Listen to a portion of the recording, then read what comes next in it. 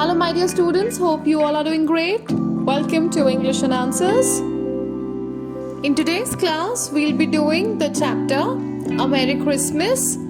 I'll be taking up the word meanings and question answers of this chapter Merry Christmas with a brief explanation of the same. So let's know about the origin of this chapter. A Merry Christmas collects the treasured holiday tales of Louisa May Alcott, from the dearly familiar Yuletide benevolence of Mammy and her Little Women, to the timeless What Love Can Do, wherein the residents of a boarding house come together to make a lovely Christmas for two poor girls. Widely popular at the time of their publication, readers deluged Alcott with letters demanding sequels and drawing on Alcott's family and experiences in the abolitionist and women suffrage movements. These stories have authentic texture and detail of Christmas in 19th century America, while their emphasis on generosity and charity makes them timeless. Now let's do the word meanings. We have crimson, that needs to be taken up as dark purple. We have bade her see, asked her to see, rummage, to search for something, vanities, qualities of being proud and arrogant, pious, religious and moral, victuals means victuals, and an old word meaning food. Cologne means a liquid with a pleasant smell that you put on your skin. Abashed means ashamed or embarrassed. Earnest means sincere, and stately means impressive.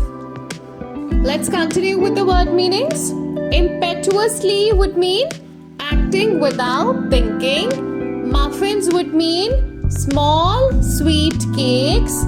Buckwheat would mean a type of grain. Raged would mean torn and dirty. Mittens means gloves with two sections, one for the thumb and other for all the forefingers. Stopped up means blocked. Gruel means a food made by boiling crushed grain in water or milk. Blaze means a small fire that burns strongly and brightly. That is the meaning over here in the chapter. And contented would mean make happy or be happy and satisfied. Now let us know about the characters in the story A Merry Christmas.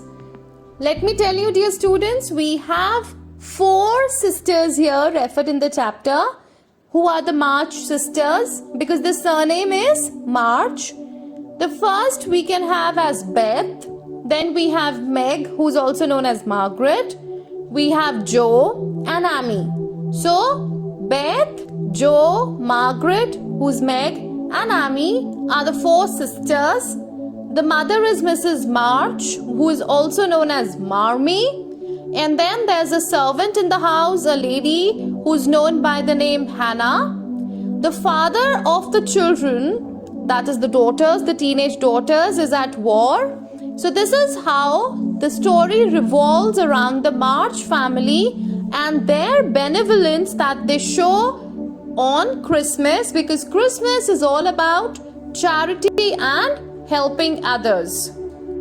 Let's discuss the question and answers. I have the answers to the questions asked at the back of the chapter from the English Rose Reader. So I hope it helps you people, but make sure you are making your own answers also, because that's how you learn better. So the first question says, how did the 4 sisters make use of the gifts they received? The 4 sisters made a promise to read the book they had got for Christmas, further to develop a good reading habit, and to make the best use of the gift they had received. So the way they had simply promised themselves that they'll be reading now onwards, they'll simply develop this good habit, which was coming to an end when father went on to fight at the soldier's end as a soldier at war. So this is how we realize that the story develops from the point when the 4 teenage girls promised themselves to read every day, which is the gift that they have got, the books that they have got from the mother.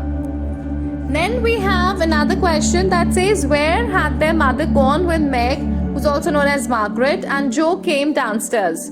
When Meg and Joe came downstairs, they got to know that mother had gone to the house of a poor lady whose son had come asking for victuals, that's victuals or food, drink, clothes, firin at their doorstep.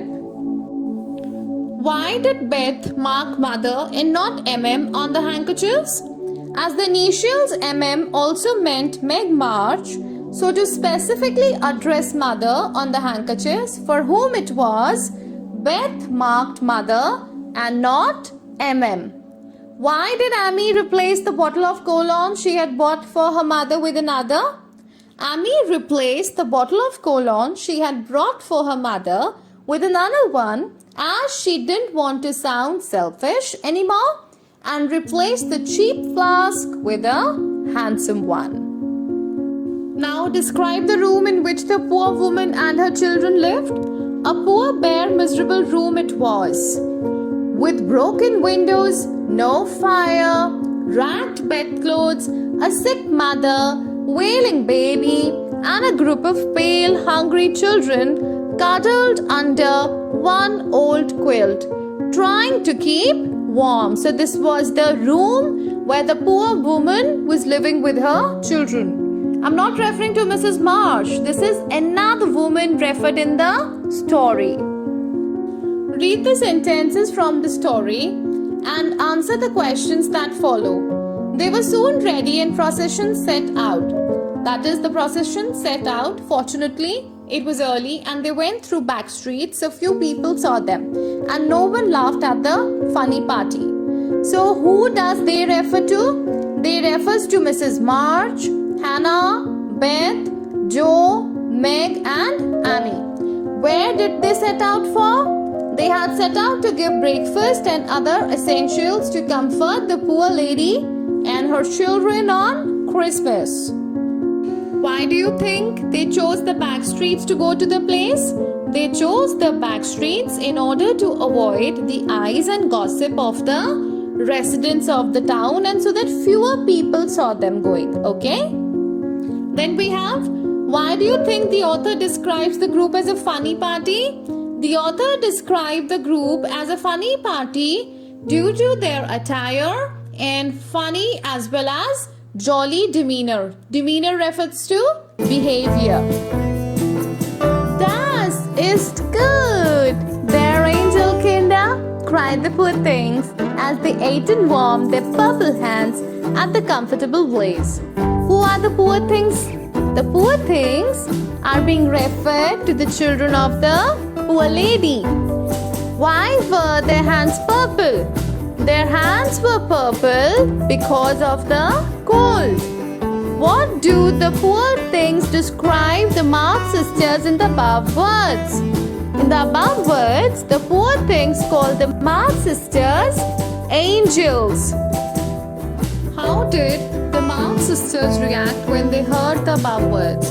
Listening to the words of the poor lady and the children, Joe cried laughingly, "Funny angels in hoods and mittens." Now let's carry on with think and answer questions. What qualities of mommy do you admire the most and why? Now mommy is referred to Mrs. March, the mother of the 4 teenage girls. She is a generous, kind and loving lady. All these traits that are the characteristics are admired by me the most. Okay? Now we have another question of think and answer. The Marx sisters were obedient, caring and kind. Explain the statement in light of the story you've read. The Marx sisters were obedient, caring and kind. This can be very well understood from their act of giving their breakfasts to the poor lady and her children. The true spirit of Christmas is reflected in this generous act of theirs. So that's all for today, dear children. You can always come back to the video, comment if you want anything else apart from the answers to the questions in the chapter. And make sure that you write the question answers yourself before copying them from the video, because English language requires a lot of practice. If you will not form your own answers, how will you learn doing them in future?